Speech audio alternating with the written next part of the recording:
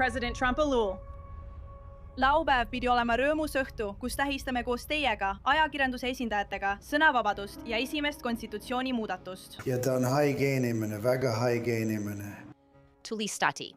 President viidi kiiresti lavalt minema, tuhanded otsisid varju. Mind viidi pärast laskude kõlamist peasaalist välja. Aga enne kui kahtlustatav tulistaja tegutses, saatis ta FBI andmetel oma perele manifesti. Tundub, et ma lugesin manifesti. Ta on radikaliseerunud. Ma vaatan dokumenti läbi. Mina olen Anjanet Levi ja see on Crime Fix.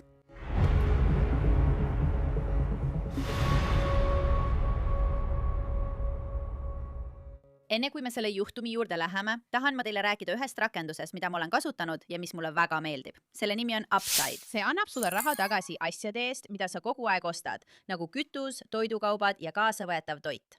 Tee nii. Laadi Upside tasuta alla. Sa valid pakkumise ühes nende enam kui 100 000 asukohast ja maksad nagu tavaliselt oma krediitkaardiga. Seejärel kinnitad ostu ja voila, saad raha tagasi. Näiteks, kui mul on vaja kütust osta või tahan ühel õhtul toitu kaasa võtta, otsin kõigepealt Upside'i pakkumisi. Pärast ostu ilmub raha mu rakendusse ja saan selle otse oma pangakontole kanda. Upside'i sagedased kasutajad teenivad aastas keskmiselt $254 tagasi. Seda ei ületa miski. Et hakata raha tagasi saama, klõpsa kirjelduses oleval lingil või skaneeri ekraanil olevat QR-koodi ning kasuta meie sooduskoodi Crime Fix, et saad oma esimese paagitäie kütuse eest iga galloni pealt lisaks 25 sendine boonus. On laupäeva õhtu Valge Maja korrespondentide õhtusöök. Washington Hiltoni saal on ajakirjanikke, poliitikuid ja loomulikult presidenti täis. Palju mehi smokingutes ja naisi imelistes kleitides. Siis astub sisse mees, kellel on haavlipüss. Õhtul, mis on pühendatud USA põhiseaduse esimese paranduse tähistamisele. Süüdistatav Cole Allen on relvastatud 12-kaliibrilise Mossbergi pumppüssiga, 38,5 automaatse püstoli ja vähemalt 3 noaga, teatab USA prokuratuur. Ta tormab Valge Maja korrespondentide õhtusöögi ajal turvakontrollpunkti ja kõlavad lasud. President Trump viiakse kiiresti lavalt minema. See president, valitsuse liikmed ja üle 2500 külalise viskuvad kõik põrandale, mõned neist vaid mõne jala kaugusel relvastatud mehe asukohast. FBI sõnul sõitis Cole Allen Amtraki rongiga Californiast Washingtoni DC-sse, kandes oma relvi kaasas, et üritada tappa presidenti ja Trumpi administratsiooni liikmeid. Täna pidas peaprokuröri kohusetäitja Todd Blanche pressikonverentsi, kus ta käsitles väidet, et turvatiim ebaõnnestus. Laupäeva õhtul, nagu te kõik teate, toimus vägivallategu kogunemisel, mis sümboliseerib midagi meie valitsemissüsteemi jaoks fundamentaalset. Vaba ajakirjanduse ja avalike ametnike võime koguneda tähistamiseks ilma hirmuta. See tegu peatati tänu julgusele ja See kohutav tegu peatati tänu õiguskaitseorganite julgusele ja professionaalsusele. korrakaitsjad, kes reageerisid kõhklemata ja tegid oma tööd nii, nagu neid oli koolitatud. President Trump postitas valvekaamera video Truth Socialisse, kus on tegelikult näha, kuidas kahtlusalune turvatöötajate juurest mööda jookseb ja kui kiiresti kõik juhtus. Aga siin on midagi, mida te võib-olla ei tea. Ajutise peaprokuröri Todd Blanche'i sõnul registreerus kahtlusalune sellesse hotelli päev enne üritust. Tegelikult tegi Allen USA prokuröri Jeanine Pirot sõnul oma hotelli broneeringu 6. aprillil, samal päeval, kui president Trump teatas, et osaleb õhtusöögil. Ja vahetult enne tegutsemist saatis ta oma perele dokumendi, mida nimetatakse manifestiks. Selles dokumendis, mille me saime, selgitas kahtlusalune, keda ta sihtis. Ta kirjutas, et administratsiooni ametnikud olid, tsiteerin, tähtsuse järjekorda seatud kõrgeimast madalaimani. Ta vabandas oma vanemate ees, et ta valetas neile, miks ta linnast lahkub, öeldes, et tal on tööintervjuu. Ta vabandas oma õpilaste ees, et ütles neil, tsiteerin, et tal on isiklik hädaolukord ja pani endale hüüdnime. Ta nimetas end, tsiteerin, sõbralikuks föderaalseks atentaatoriks. See on New York Posti andmetel. Peaprokuröri kohusetäitja Blanche ütles NBC saates Meet the Press, et tundub, et kahtlusalune sihtis administratsiooni liikmeid, tõenäoliselt ka presidenti. aga selles manifestis on palju rohkem ja me saame palju rohkem teada ka mehe kohta, keda politsei peab selle taga olevaks. Täna ilmus Allen esimest korda föderaalkohtusse. Teda süüdistatakse 3 punktis. Esimene punkt. Ameerika Ühendriikide presidendi mõrvakatse, mille eest võib karistada kuni eluaegse vangistusega. Teine punkt. Tulirelva osariikide vaheline transport raske kuriteo toimepanemiseks. Selle eest võib süüdimõistmise korral määrata kuni 10 aastat vangistust. Ja 3. punkt. Tulirelvas tulistamine vägivalla kuriteo toimepanemise ajal, mille eest on kohustuslik minimaalne karistus 10 aastat vangistust, mis lisandub mis tahes muule karistusele. USA prokurör Jeanine Pirro ütleb, et uurimise jätkudes on oodata täiendavaid süüdistusi. Ja sellega seoses läheme tagasi samale pressikonverentsile. USA prokurör Pirro esitas süüdistused ja luges seejärel otse kahtlusaluse enda manifestist. aitäh, härra peaprokurör. Cole Alleni vastutusele võtmine kriminaalõigussüsteemis algab täna. Todd Lance tutvustas teile just süüdistusi. Need süüdistused on vaid 3 süüdistust, mis on esitatud kaebuses, mis esitati umbes tund aega tagasi föderaalses ringkonnakohtus. Uurimise jätkudes lisandub veel süüdistusi.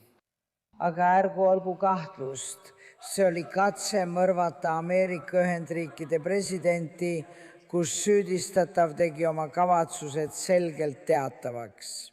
Ja see kavatsus oli kõrvaldada võimalikult palju kõrgeid valitsuskabineti liikmeid. Manifestos on samuti selgelt kirjas tema oodatavad tegutsemisreeglid. Tead, sa võid seda vaadata ja lugeda ning see võib tunduda natuke la, aga lõpuks ärgu olgu kahtlust, ta ütleb, ma sihin valitsuse ametnikke. Nemad on minu sihtmärgid ja ma sean prioriteedid ülalt alla, kõrgeimast madalaimani. Valge Maja korrespondentide õhtusöök toimus laupäeval 25. aprillil Washingtoni Hiltonis ja see on iga-aastane üritus. Ajakirjanikud, poliitikud, kuulsused ja sellel ajal Valges Majas oleva administratsiooni liikmed on kõik kohal. Metropolitani politseiosakonna andmetel tormas mees umbes kell 20:36 hotelli fuajees asuvasse turvakontrollpunkti. Politsei tuvastas ta kui 31-aastase Cole Thomas Alleni Torrance'ist, Californiast. Peaprokuröri kohusetäitja Blanche ütles, et Allenil oli kaasas haavlipüss, püstol ja mitu nuga. Väidetavalt vahetas ta tule salateenistuse agentidega. Üks Secret Service'i agent sai tegelikult kuuli, kuid ametnike sõnul päästis teda kuulivest. Jeanine Pirro, Columbia ringkonna USA prokurör, viibis pallisaalis, kui lasud kõlasid. Ma olen Washington Hiltonis. Mind viidi pärast laskude kõlamist peasaalist välja. Salateenistus juhib nüüdsega hoonet, seda hotelli. Ma just rääkisin linnapea Muriel Bowseriga, ta on teel siia. Ja ülem Jeffrey Carroll on samuti teel. Niipea kui ta saabub, võtab ta juhtimise üle. Nagu ma mainisin, viidi president Trump kiiresti lavalt minema. Las ma lasen teile lühikese katkendi sellest, mida ta hiljem samal õhtul Valges Majas ajakirjanikele ütles. See oli sõnavabadusele pühendatud üritus, mis pidi tooma kokku mõlema partei liikmed ja ajakirjanduse esindajad. Ja teatud mõttes see ka õnnestus, sest tõsiasi, et nad lihtsalt ühinesid, ma nägin ruumi, mis oli täiesti ühtne. See oli omamoodi väga ilus asi, mida näha. mees ründas turvakontrollpunkti, olles relvastatud mitme relvaga. Ja ta võeti maha mõnede väga vaprate salateenistuse liikmete poolt, kes tegutsesid väga kiiresti. Ja ta on haige inimene, väga haige inimene ja me ei taha, et sellised asjad juhtuksid. Järgmisel päeval andis president Trump saatele 60 Minutes intervjuu ja rääkis rohkem kahtlusalusest. Tundub, et ma lugesin manifesti. Ta oli radikaliseerunud, ta oli kristlane, tema perekond oli väga mures. Ta oli ilmselt üsna haige mees. NBC Newsi rääkinud õiguskaitseametnike sõnul oli Alleni perekond mures. Nad ütlevad, et Alleni vend sai selle kirja ja võttis ühendust õiguskaitsega. Tema õde ütles uurijatele, et tal oli komme teha radikaalseid avaldusi. ja see niinimetatud manifest tundub jutustavat keerulisemat lugu, millest räägime kohe lähemalt. Aga siin on, mida president selle kohta ütles. Ma ootasin turvakaameraid igal nurgal, pealt kuulatud hotellitube, relvastatud agente iga 3 meetri tagant, metallidetektoreid igal pool, aga tegelikult ei olnud mitte midagi. Ta kirjutas, et selline ebakompetentsus on hullumeelne. Härra, te olete juba 2 saanud. Noh, ta oli ka üsna ebakompetentne, sest ta jäi vahele ja jäi vahele üsna kergesti. Nii et ma ütleksin, et ta oli ka üsna ebakompetentne. President Trump nimetab teda ebakompetentseks, kuid mees, kelle kohta politsei ütleb, et ta selle kirjutas, ei oleks sellega nõus. Sest asi on selles. See ei ole lihtsalt mõned kritseldatud märkmed salvrätikul. Politsei andmetel on see 1052-sõnaline dokument, mis saadeti tema perele umbes 10 minutit enne seda, kui teda süüdistatakse selle kontrollpunkti ründamises. E-kiri oli ajastatud automaatset saatmiseks. Selles seisis. Soovin, et oleksin saanud midagi varem öelda, kuid seda tehes poleks miski sellest võimalik olnud. Minu siirad vabandused kogu selle segaduse pärast, mille olen põhjustanud. Tere kõigile! Võib-olla üllatasin täna paljusid inimesi. Siis tulevad vabandused. Vabandan oma vanemate ees, et ütlesin, et mul on probleem. Intervjuu ilma täpsustamata, et see oli kõige tagaotsituma jaoks. Seejärel vabandab ta oma õpilaste ees, et ütles, et tal oli isiklik hädaolukord. Selleks ajaks, kui keegi seda loeb, ei pea ma ilmselt enam kindlasti emosse minema, kuid vaevalt saab öelda, et see pole enda põhjustatud olukord. Siis põhjus. Ta kirjutas. Ma olen Ameerika Ühendriikide kodanik, see, mida minu esindajad teevad, peegeldub minule. Ja ma ei ole enam valmis lubama, et üks pedofiil, vägistaja ja reetur määriks minu käsi oma kuritegudega. Allen ei nimetanud president Trumpi nimepidi, kuid dokumendi kohaselt ütles ta, et tema sihtmärkideks olid administratsiooni ametnikud järjestatud kõrgeimast madalaimani. Seejärel loetleb ta üles, mida ta nimetab vastuväidete ümberlükkamiseks, eeldades, et üks neist on. Kristlasena peaksid see teise põse ette keerama. Tema vastus oli, et teise põse ette keeramine on mõeldud siis, kui sind ennast rõhutakse. Kui aga keegi teine on rõhutud ja sa keerad teise põse ette, ei ole see kristlik käitumine. See on kaasosalus rõhuja kuritegudes. Siis kirjutas ta salateenistuse kohta, viidates postile, et ta ootas igal nurgal turvakaameraid, iga 10 jala tagant relvastatud agente, metallidetektoreid igal pool. Aga tegelikult ei olnud seal mitte midagi. Ta ütles, et kui ta oleks olnud Iraani agent, oleks ta võinud tuua kuulipilduja ja keegi poleks seda märganud. Siis lõpetas ta kirja. Lugupidamisega Call Cold Force, sõbralik föderaalne atentaator Allen. Politsei sõnul kirjutas ta nii. Kes see kahtlusalune Cole Allen siis on? Tema LinkedIni lehe järgi on tal magistrigraad arvutiteaduses California riiklikust ülikoolist, Dominguez Hillsist ja bakalaureuse-graad masinaehituses Caltechist. See on väga hea kool. 2024 aastal tunnustas C-Cox Education Torrances, Californias teda detsembrikuu õpetajaks. Ta tundub olevat üsna tark mees. Tema LinkedIni lehel väidetakse isegi, et ta oli 2014 aastal NASA suvine teadustöötaja. Ta töötas juhendajana. Ta kujundas videomängu nimega Boredom, mis ilmus platvormil Steam 2018 aastal ja 2024 aastal annetas ta $25 Kamala Harrise presidendikampaaniale. Vaatame seda manifesti lähemalt ja proovime seda natuke analüüsida. Ma tahan kaasata Ashton Packi. Ta on eradetektiiv ja ka pensionil olev detektiivseersant Las Vegases. Suur tänu, Ashton, et tulid saatesse. Ma hindan seda väga. Sa oled manifesti läbi lugenud, mina olen selle läbi lugenud ja on mõned asjad, mis ma tean, et sulle eriti silma jäid. Räägi mulle, mis selles dokumendis sulle silma jäi? Aitäh, et mind kutsusid ja jah, ma loen seda manifesti läbi. Siin on näha seda ohu hindamise ja ohu analüüsi valdkonda, milleks meid õiguskaitses koolitati ja kus paljud uurijad nüüd töötavad. Palju endasse vimma kogumist.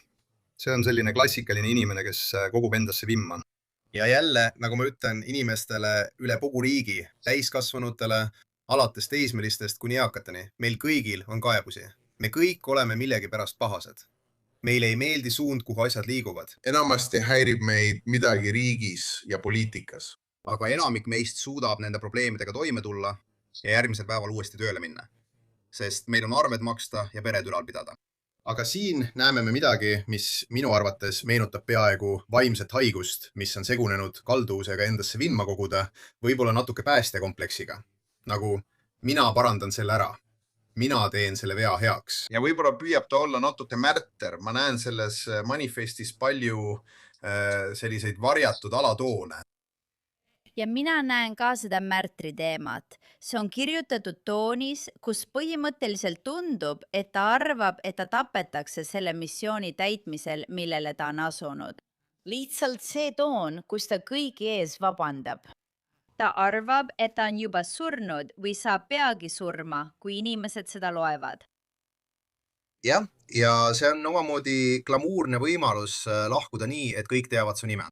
Ja see ongi nende rünnakute juures hirmutav osa, kus inimesed, ma arvan, et neil ongi need mõtted, et nad ei taha enam elada.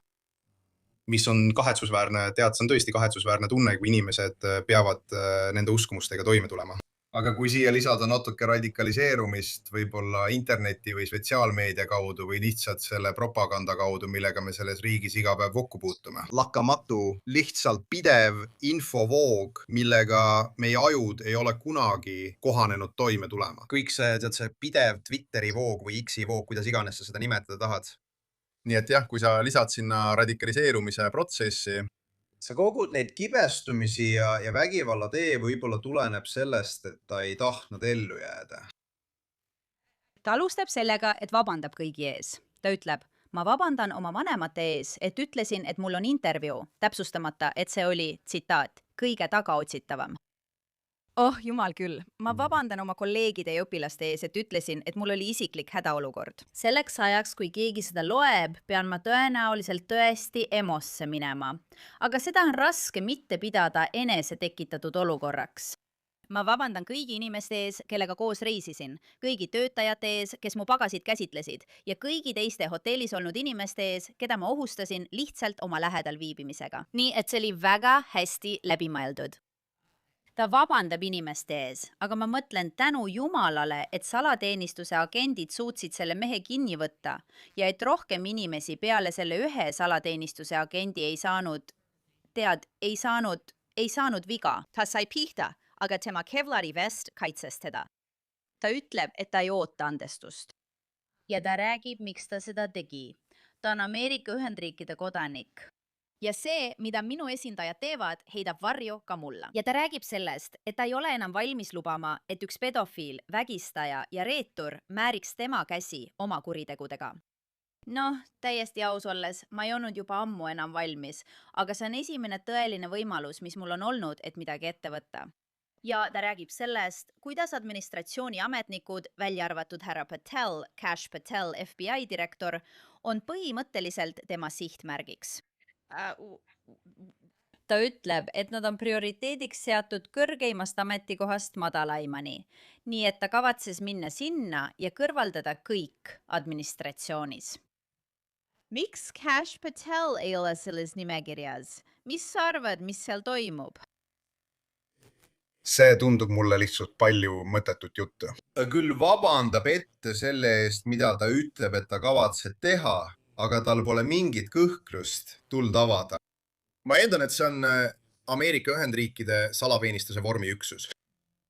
Teate küll, kes ja tänu Jumalale tänapäevasele kehaturvisele päästis selle agendi elu. Nii et on juttu ja on tegusid. Ma arvan, et tal oli südames tapmiskavatsus ja võib-olla üritab ta oma vanemate ees nägu päästa. Nii et siin on tegemist vaimse tervise probleemidega ja see on väga kahetsusväärne. Ja Isana, kellel on 20-ndates lapsed ja mida vanemaks me vanematena saame, seda rohkem näen, et probleemid on need väga reaalsed, täpselt nagu siis, kui nad olid väikesed. Ja seetõttu tunnen ma väga kaasa nendele vanematele ja inimestele, kes olid tema perekonnas ja tema elus, kuid see ei õigusta tema tegusid. Olen näinud selle sündmuse puhul mõningast pilkamist salateenistuse aadressil ja ma lihtsalt kratsin pead, sest päeva lõpuks peab Ameerika Ühendriikide president olenemata sellest, kas sa armastad teda või üldse mitte, Valgest majast lahkuma. Ta peab käima üritustel. Ta on juht. See ametikoht on vaba maailma juht. Olenemata sellest, kas sulle meeldib, kes see on või mitte, see pole oluline. Ja salateenistus, ma olen oma õiguskaitsekarjääri jooksul korduvalt salateenistusega koostööd teinud, paneb ürituse ümber kattuvad turvarõngad.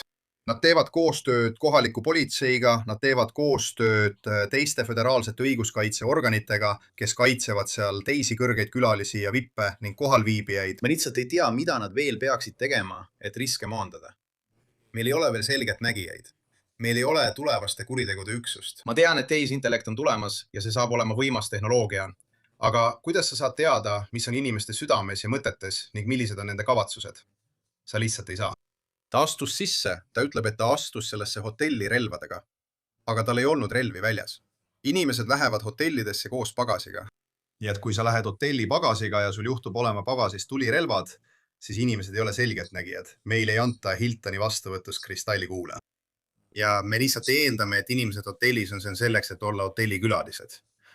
Nii et tead, ja ma lihtsalt näen, et ajab segast. Tead, ma arvan, et siin on palju vaimseid probleeme. Ma arvan... Tead, radikaliseerumise protsess, mis haaras selle noormehe, ta oli igas mõttes eeskujulik kodanik. Ta oli õpetaja, talle on antud auhindu. Ta ei ole mingis andmebaasis, ta ei ole selline inimene. Ei ole mingit hullumeelset andmebaasi. Ma ütlen alati inimestele, et see ei ole nagu teles, kus sa paned kellegi nime sisse ja kõik ilmub kohe ekraanile. Me ei ela politseiriigis. Ja hoolimata levinud arvamusest, kui sul oleks olnud kriminaalne taust, siis ma olen kindel, et salateenistus kontrollis kõiki, kes hotellis peatusid ja olid hotellikülalised. See on riikliku julgeoleku küsimus, kui Ameerika Ühendriikide president on läheduses. Aga kui sa oled õpetaja ja sa ei ole, tead, ja sul on sõnavabadus, kui sa ütled, et mulle see tüüp ei meeldi, tead, sa lähed No Kingsi meeleavaldusele. Sind ei panda mingisse andmebaasi. Meil on endiselt õigus oma põhiseadusega kaitstud tegevusele. Nii et... Ja mis puudutab salateenistust, siis ta ütles, et nad on sihtmärgid ainult vajadusel ja kui võimalik, siis tuleks nad kahjutuks teha, mitte surmavalt. Ehk siis ma loodan, et neil on kuulivestid seljas, sest haavlipüssiga pihta saamine teeb ilma kaitseta inimestele kõvasti viga. Ta ütleb siis midagi selle kohta, et hotelli turvatöötajad ei ole sihtmärgid, kui vähegi võimalik, välja arvatud juhul, kui nad minu pihta tulistavad. Kapitoliumi politsei, sama mis hotelli turvatöötajad, rahvuskaart, sama mis hotelli turvatöötajad. Hotellitöötajad ei ole üldse sihtmärgid, külalised ei ole üldse sihtmärgid. Vau! Et vähendada ohvrite arvu, kasutan ka haavleid, mitte täiskuule. Vähem läbivust läbi seinte. Ta mõtles selle tõesti põhjalikult läbi. Ma läheksin siiski vajadusel läbi peaaegu kõigist siin viibijatest, et sihtmärkideni jõuda, kui see oleks täiesti vajalik, kuna enamik inimesi otsustas osaleda pedofiili, vägistaja ja reeturi kõnel ning on seega kaassüüdlased. Aga ma tõesti loodan, et asi ei lähe nii kaugele. Ja siis käib ta läbi hulga vastuväidete ümberlükkamisi, midagi teemal pööra teine põsk ette. Ja siis tänab ta oma perekonda, nii isikliku kui ka koguduse oma, nende armastuse eest viimase 31 aasta jooksul. Tänan oma sõpru pikaajalise seltskonna eest. Tänan oma kolleege paljudest töökohtadest, teie positiivsuse ja professionaalsuse eest. Tänan oma õpilasi teie entusiasmi ja õppimisrõõmu eest. Ja ta allkirjastab selle. Kool Cold Force, sõbralik föderaalne palgamõrvar Allen. Ma mõtlen lihtsalt, ma arvan, et sul on õigus. Vaimne haigus, radikaliseerumine, tõenäoliselt internetis. Mis sa arvad sellest allkirjast seal? Kõik, mida ta ütleb, on tema tegude pisendamine ja õigustamine. Ta pisendab. Tead küll, ma kasutan haavlit ja ütles, et ma ei taha sulle halbu uudiseid tuua, aga 12 kaliibrine haavel on politsei arsenalis põhjusega. Ja okei, sa ei tahtnud seinu läbi lasta, aga ta üritab ikka oma tegusid pisendada ja õigustada. Nagu ma ei taha politseinikke tappa, aga kui nad mulle ette jäävad, siis ma teen seda. Igaüks, kellel on seal märke relv, hakkab vastu turistama. Just nii see mäng käib, nagu on nähtud. Ja nagu on nähtud kõigil eelmistel katsetel turvaperimeetrist läbi murda, et sellele administratsioonile ligi pääseda. Ja siin ma ütlengi kogu aeg, eriti noortele, kes on süsteemi peale nii pettunud. Ja kuigi seda on raske kuulda, siis revolutsioon toimub iga 2 aasta tagant föderaalvalimistel, valimiskastis. Tead, vahevalimised on kohe tulemas novembris. Sul on novembris võimalus maailma muuta. See ei juhtu üleöö, see võtab aega, see nõuab tööd. Kohale minemine ja vabatahtlikuna tegutsemine inimese heaks, kes kandideerib selle vastu, keda sa ei salli, nõuab energiat ja aeda. Ja see on isetu. Sa ei ole rambi valguses, sa ei tee Instagram Reelses stiilis vaadake mind esinedes märtrina. Nii et demokraatia on tüütu töö. On raske minna välja ja toetada inimest, kes kõige paremini vastab sinu poliitilistele veendumustele. On palju lihtsam teha midagi sellist ja saada oma nimi iga ajalehe ja iga veebisaidi pealkirjadesse, nii riigis kui ka kogu maailmas.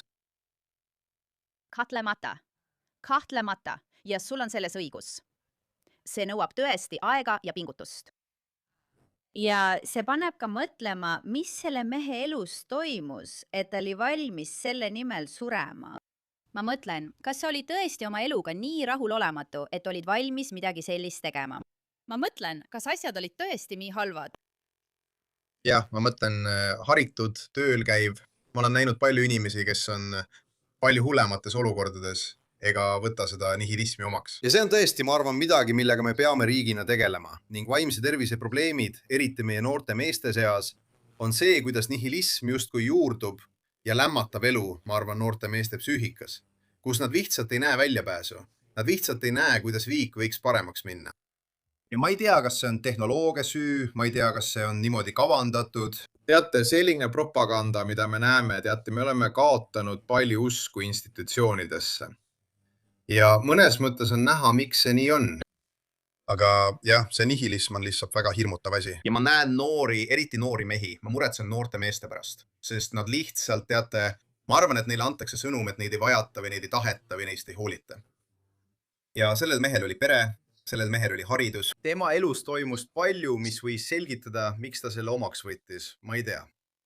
Ja ta rääkis sellest, et kui ta oleks olnud Iraani agent, mitte Ameerika kodanik.